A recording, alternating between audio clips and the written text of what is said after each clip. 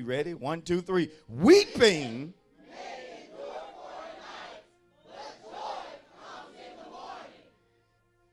A lot of folk get fixated on the morning, not realizing that if you don't handle the night right, you'll ruin the morning.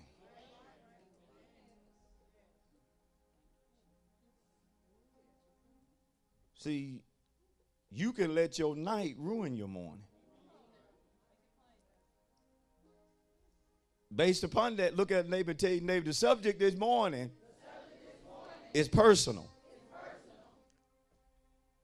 Tell your neighbor, the subject is I must make it through the night.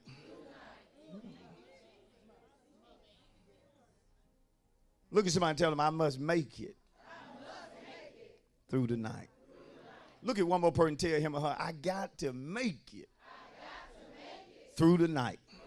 Woo, I wish I had somebody that was serious about that word already that could tell 3 folk what the subject is. Tell somebody, I must make it through the night.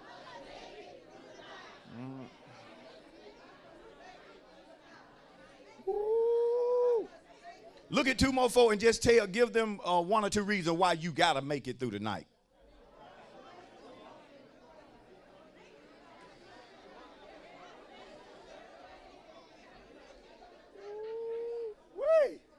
Can we give God a praise before we are seated? Let's give him a praise like we are a congregation that's determined that we're going to make it through the night. I got to get through the night season. I got to get through it. I got to make it through the night. Be seated. I am not against weeping. I don't preach against weeping. I don't preach against folk crying. I don't care who you are. I don't even preach against men crying, because I recognize there are times that men cry. There are times that the strongest of the strong will experience something that will cause him or her to weep. Now, some of you may be more like me in that you reserve certain moments for the private, yet you don't act as if they never happen. Again, I don't like when folk just try to tell folk they don't need to cry at all. You don't need to cry about nothing.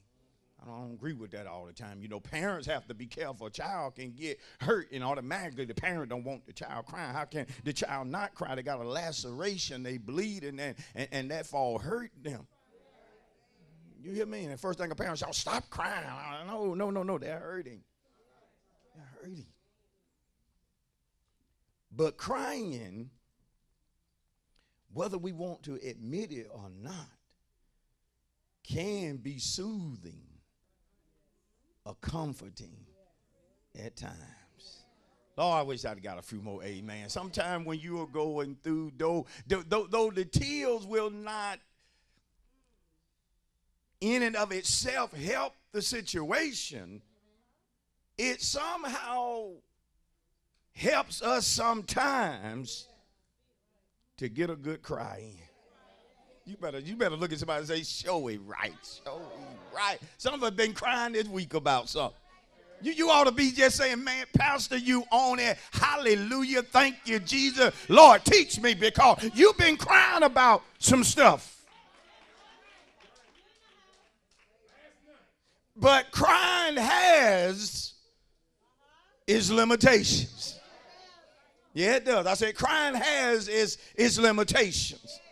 You have to know that, yes, though it is all right to cry about something or somebody, crying eventually has to have an end date. And a person has to become more focused upon what is needed in the moment, more so than just crying. Oh, Lord, I wish I could get some amens this morning because sometimes we can cry too long and we can get too caught up in our feelings, and we go from crying to feeling sorry for ourselves. Some of you done did. Some of you started out crying simply because you were hurt, you were disappointed, you got wounded or whatever, and you started crying, and again, in and of itself, nothing wrong with that, but you kept crying. You got up the next day crying about what had happened the day before. You basically cried all that day about what happened yesterday. Then the next week came and you were still crying about what happened last week. Then you moved into a new month. Instead of you letting go what happened last month, you're still crying about something that happened last month. Some of you quiet. You can't even say anything because God is talking to you. Some of you been crying about a job you lost years ago. Some of you been crying about a disappointment that happened 10 plus years ago, yet you still whining about what didn't happen. Oh, Lord, I got to come your way. Some of us been crying about people that walked off and left us, even if the truth be told, you were better off after they left. You were better off after they walked out, but you're still shedding tears over something that left that you should have been happy about. You got to know when people leave sometime, that's the best thing that could have ever happened to you. But I loved it them. Yeah, but they didn't love it you. I know the English messed up, but you definitely get the point.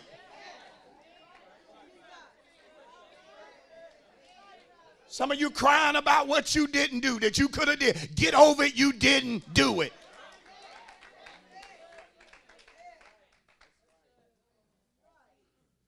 Crying has to have an end date so that a person does not begin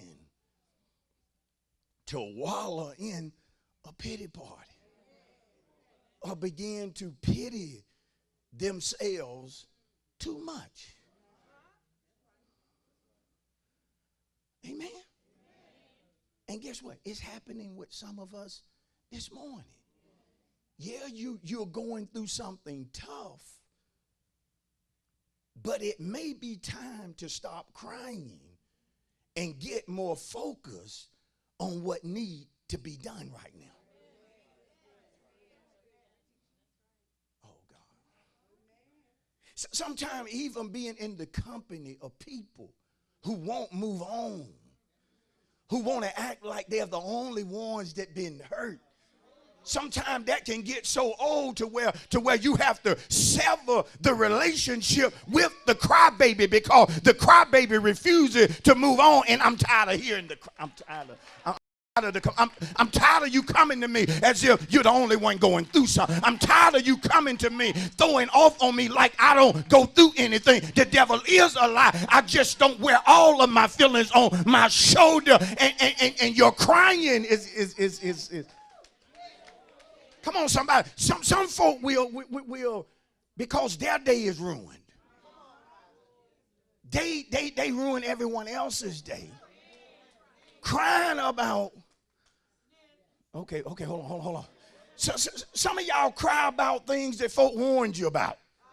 They warned you what would happen if you did that. They warned you that such and such could happen. You didn't heed the warning, and now you're crying.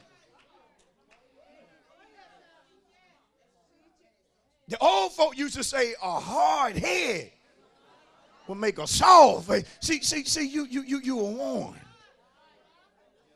I got to move on, but tell your neighbor, crying has to have an end date.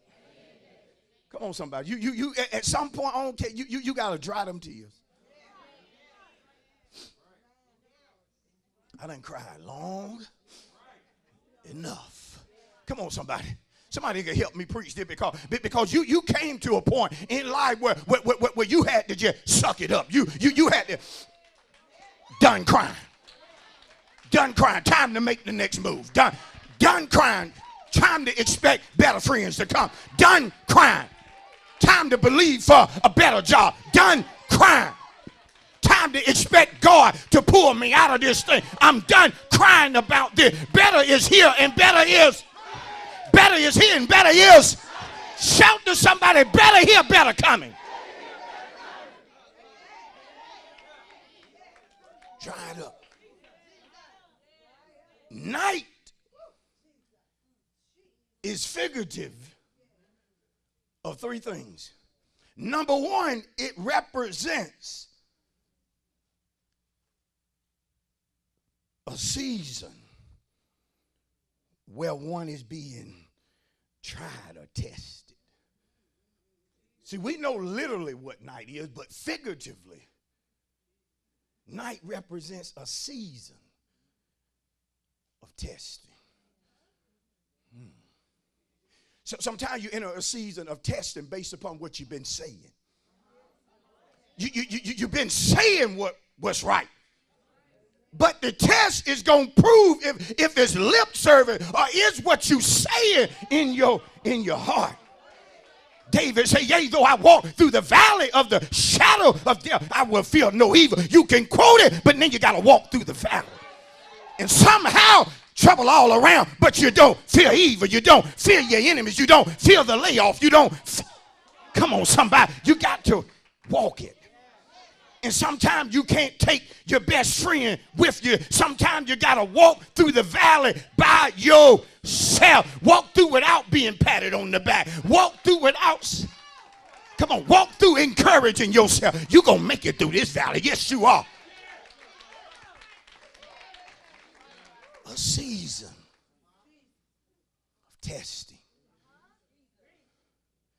Sometimes that season can be short. And if we tell the truth, that's really what we want.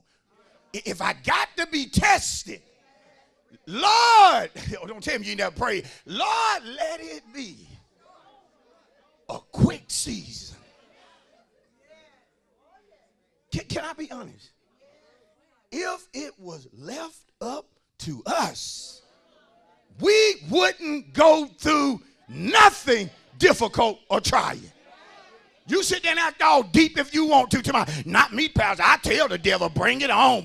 Bring your best stuff on. I'm ready for you. But there are some of us, if I don't have to go through it, Lord, I don't have to.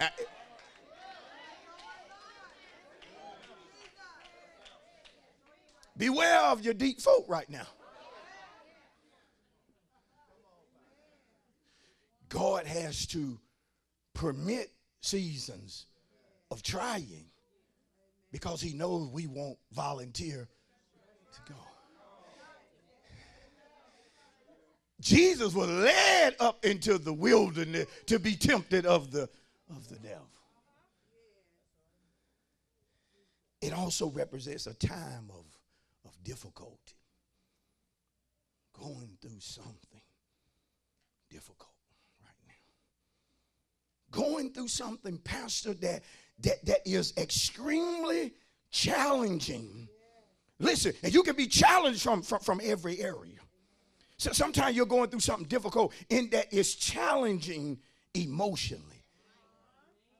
What you're going through keeps trying to cause you to be emotionally unstable. Anybody went through something difficult and this thing keep trying to make you get mad, trying to make you get angry. Oh, come on here. Trying to make you hit somebody that ain't got nothing to do with what you got. See them emotions. You trying to get, come to act like you ain't ever went off on somebody. And the person was like, what did I?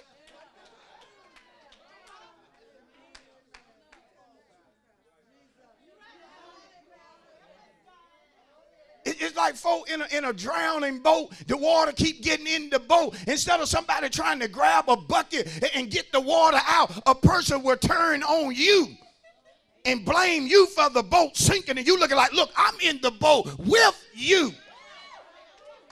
But when your emotions, when you can't get control of your emotions, you up and down. Sometimes things can challenge you financially. Things are tight.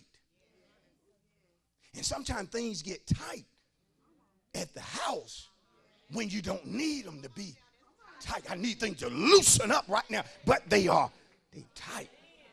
You ever had a tight month and it was a lot to do that month, yet when you look at what was expected to come in versus what needed to go out, things were tight, and that was challenging.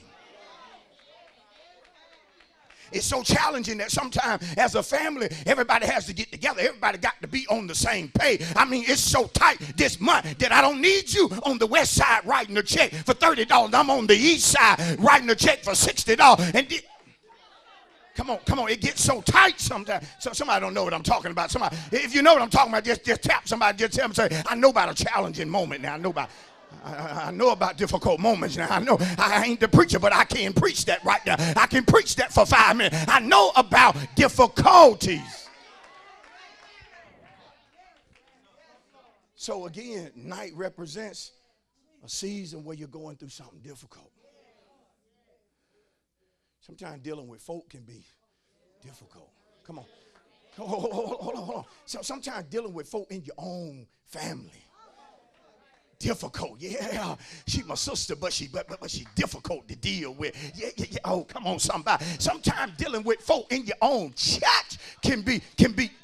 If you ain't careful, somebody will run you up out of your own church. Sometimes it's difficult to deal with one another. Husband and wife love each other. That's my boo today. But then sometimes your boo is difficult deal with. Don't you act like that, because every one of us has a moment or two where we are difficult to deal with. Parents try to convince children, especially teenagers, that you're difficult to deal with, but there are times the teenager can look right back at the parent and say, yes, but mama, you have your moments. All right? And tell you maybe it's going to be like that sometimes. But the night also represents experiencing something painful. Something painful. There are young people here, you're experiencing something painful because people who should have been there for you wasn't there for you. And it's got you dealing with a lot of pain. Parents who should have carried you, dropped you, left you, did not love you. And that's painful for you to deal with.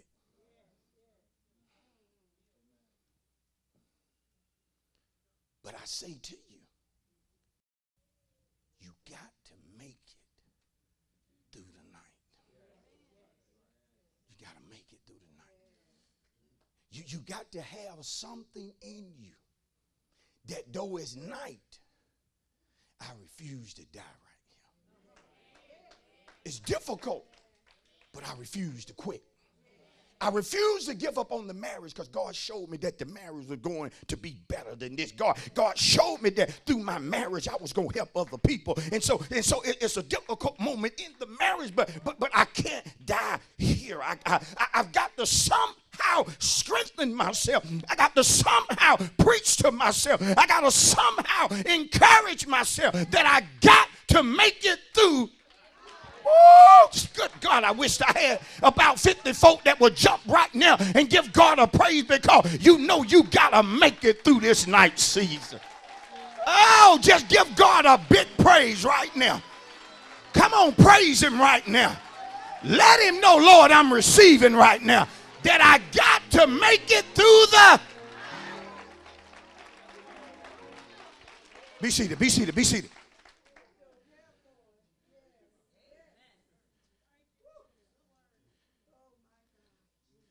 Tell your neighbor, it's in the night season that you and I have to understand that thieves love to show up at night. Can I deal with that? Can I deal with thieves? According to John 10:10, Jesus said, the thief cometh not but for to steal, kill, and what? Destroy. I want to show you two quick passages where the Bible indicates that at night is when the thief comes. Look at 1 Thessalonians 5 real quick. 1 Thessalonians 5. Y'all hang in there. 1 Thessalonians 5. So you got to know this. This stuff, what I'm teaching right now, going to help you make it through the night. You got to understand that the thief is going to show up in the night season. As y'all turn to 1 Thessalonians 5 and 2, I got to reveal to you the mindset of the thief. The mindset of the thief is, let me catch the victim idle. Let me come when they're not doing what they should be doing. Let me come and steal. Let me come and kill. Let me come and destroy while they are idle. It also represents that the thief desires to come when you are unaware of him. Because let's be honest, if we knew tonight that a thief was going to break in our house at 12 midnight, most of us ain't going to sleep. Now, some of you going to make sure you ain't there so the thief can come on in and get what he wants. But some of us going to be wild. We're going to set the alarm for 11:30. You see what I'm saying? Now, if it's me, I'm going to get up with two things in my hand. No, come on, somebody. I'm going to have a ball of oil in my left hand. And I'm going to have a Glock 9 in my right hand. Oh, God. One or the other one going to move you back. But I'm going, look, this is what I want you to miss. I'm going to be prepared. Because you told me you was coming. But tell you that we don't live in that type world. Most thieves will not tell you when they're coming. What makes them a thief? Coming when you are idle, coming when you are unaware, and coming when you are sleeping. And you know, some of us are sitting up in church, hearing a good word week in and week out, but you are asleep in that you are spiritually unconscious. You are not aware of what God is saying through your prophet, and though your natural eyes are open, your spiritual eyes are shut, and you're sleeping at the wrong time. You're sleeping and the thief is right outside. Tap somebody and say, God trying to wake you up. Notice 1 Thessalonians 5 and 2 real quick. For you yourself know perfectly that the day of the Lord so comes. Notice how he described the day of the Lord as a thief in the what? Night. You yourself know perfectly that the day of the Lord come as a thief in the what? Night. In other words, the day of the Lord going to come when folk least expect it. Look at 2 Peter real quick. Look at 2 Peter. Lord have mercy. Notice 2 Peter 3. Same indication. I'm trying to show you, biblically speaking, sometimes that the thief comes in the night season. 2 Peter 3 and 10. But the day of the Lord will come again as a thief in the what? Night. Tell your neighbor, we have to be watchful, sober, and vigilant at night. At night. It's at night that I have to guard my heart.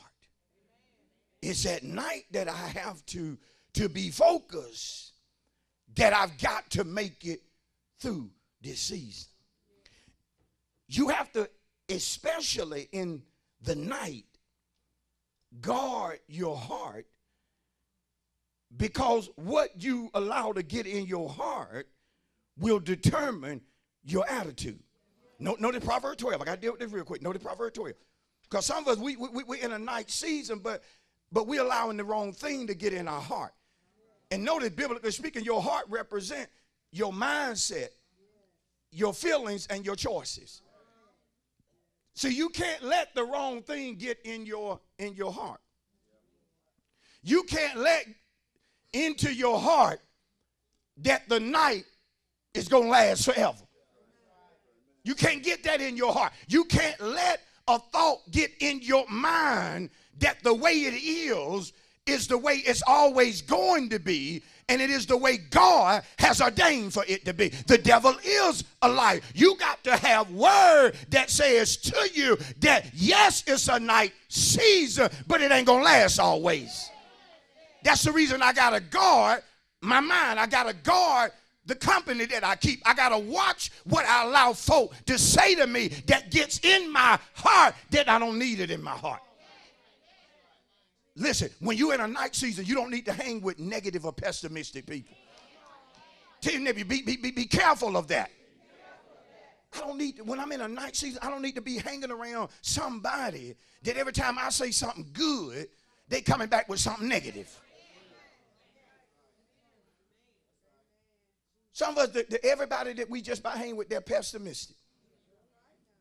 And you're wondering why you are pessimistic, why you're sad. You got to guard your heart, what you allow to get into you. Do y'all hear me? When it rains, it pours. Why is that in your heart? Where'd that come from? I'm telling you, Pat, you say you want to, but when it rains, it pours. But see, you saying that from a negative sense. You do realize that rain calls things to be fertile. You do realize that rain causes things to produce, to come forth. Not all rain is bad. Sometimes we need the rain.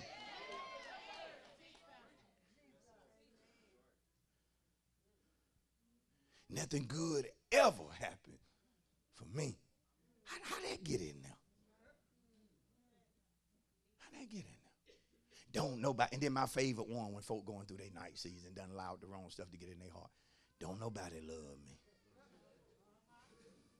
You ever had somebody say that to you, you won't just slap them in the mouth? Don't love you, huh? Did such and such for you, but don't love you, right? You ever had somebody try to play that old trip on you? Thank you for watching A Word for Deliverance with Pastor Leonard Cochran of A Place of Refuge, Noonan. A Place of Refuge is located at 10 Fisher Alley in the city of Noonan, Georgia. If you would like to visit us, our worship times are every Sunday at 10:15 a.m. and Wednesdays at 7:15 p.m. To order today's message on CD, please call the church office at 770-252-3855 and reference the order number on the screen.